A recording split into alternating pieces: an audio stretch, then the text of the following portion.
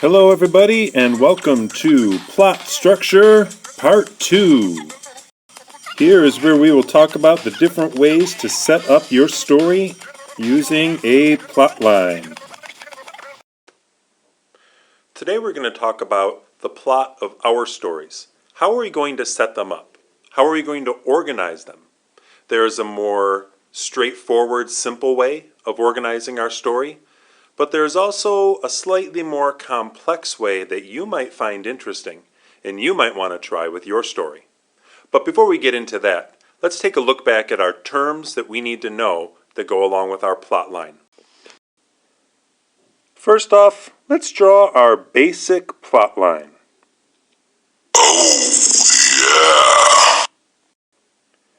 There it is.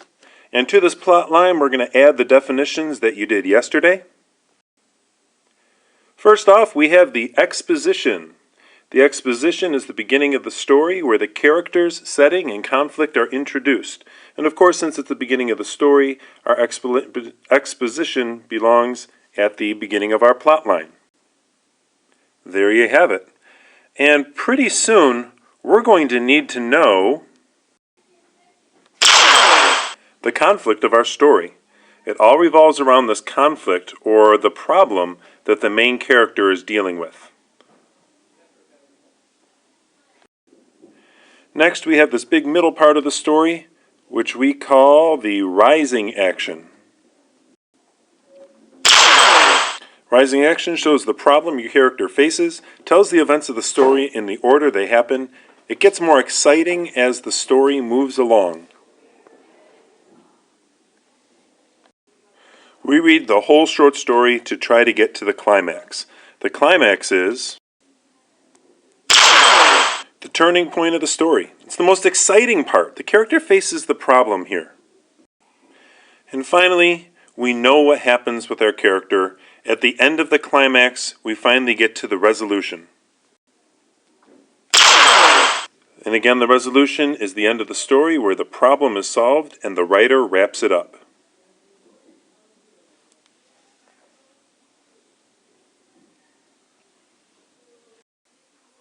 Most short stories use a basic plot structure. They follow the events of the story in the order that they happen from the beginning to the end. This is called a linear plot pattern. The author starts the story at the beginning, usually by introducing the characters and the setting, then introduces the problem and follows the events in order that they happen from the beginning to the climax and finally through to the resolution. And that's where the story ends.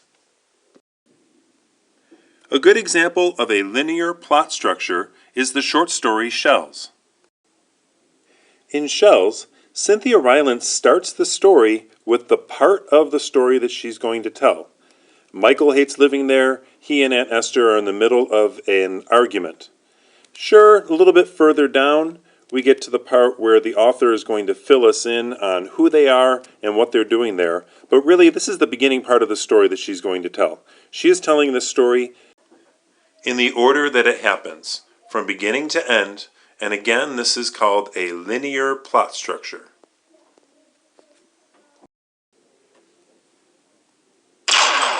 In order to grab your attention, many authors like to start their short stories at an exciting part and then go back to the beginning so that we can understand what exactly is going on.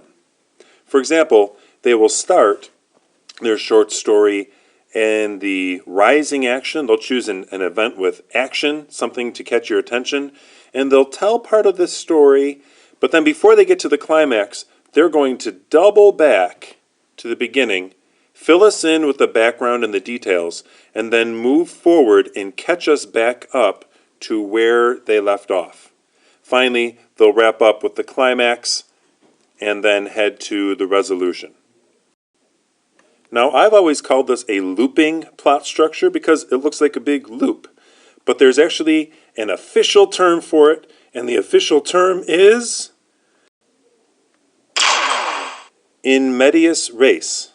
And in medias res simply means in the middle of things. The author is going to start the story in the middle to try and get your attention. A good example of this plot structure called in media res is good enough.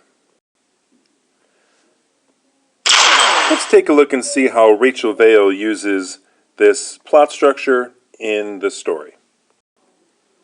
We remember that when Rachel Vale starts this story, the main character, Dory, is standing in the bathroom trying to clean up her face after having a good cry.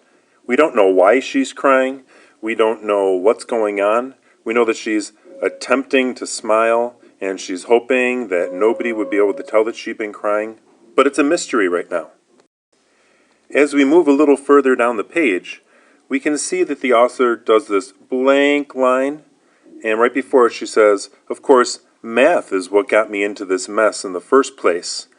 And then she backs up to the beginning of the story to give us all the background. My troubles started a few days ago. And she doesn't just give us a little information, she actually backs up and retells the story from an earlier point in time.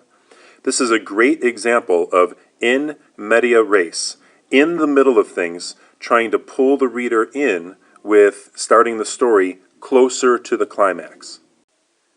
If we were to plot this on a plot line, we would notice that the story is actually started up here, getting towards the climax, and then the author doubles back and picks the story up at the beginning with the conversation she has with her mom and takes it through where she left off towards the climax and then the end, where Dory meets the girls out at her lockers and tells them that she has the best birthday present she could ask for. Another book where we see this structure of starting in the middle of things is in the graphic novel War Brothers by Sharon McKay. Take a look at what she does.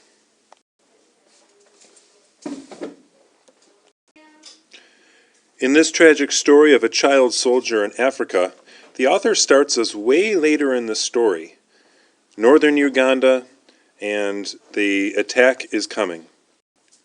You can see here that the ambush kicks in, and the author takes us to this point in the story where our main character has to make this terrible, gruesome decision.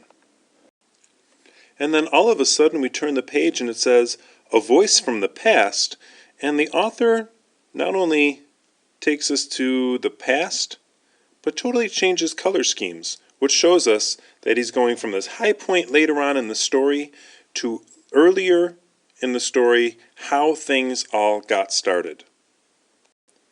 Again, a perfect example of this in medias res, where the author starts our story at an exciting part and then decides to back up to the beginning and tell the story from the beginning to the end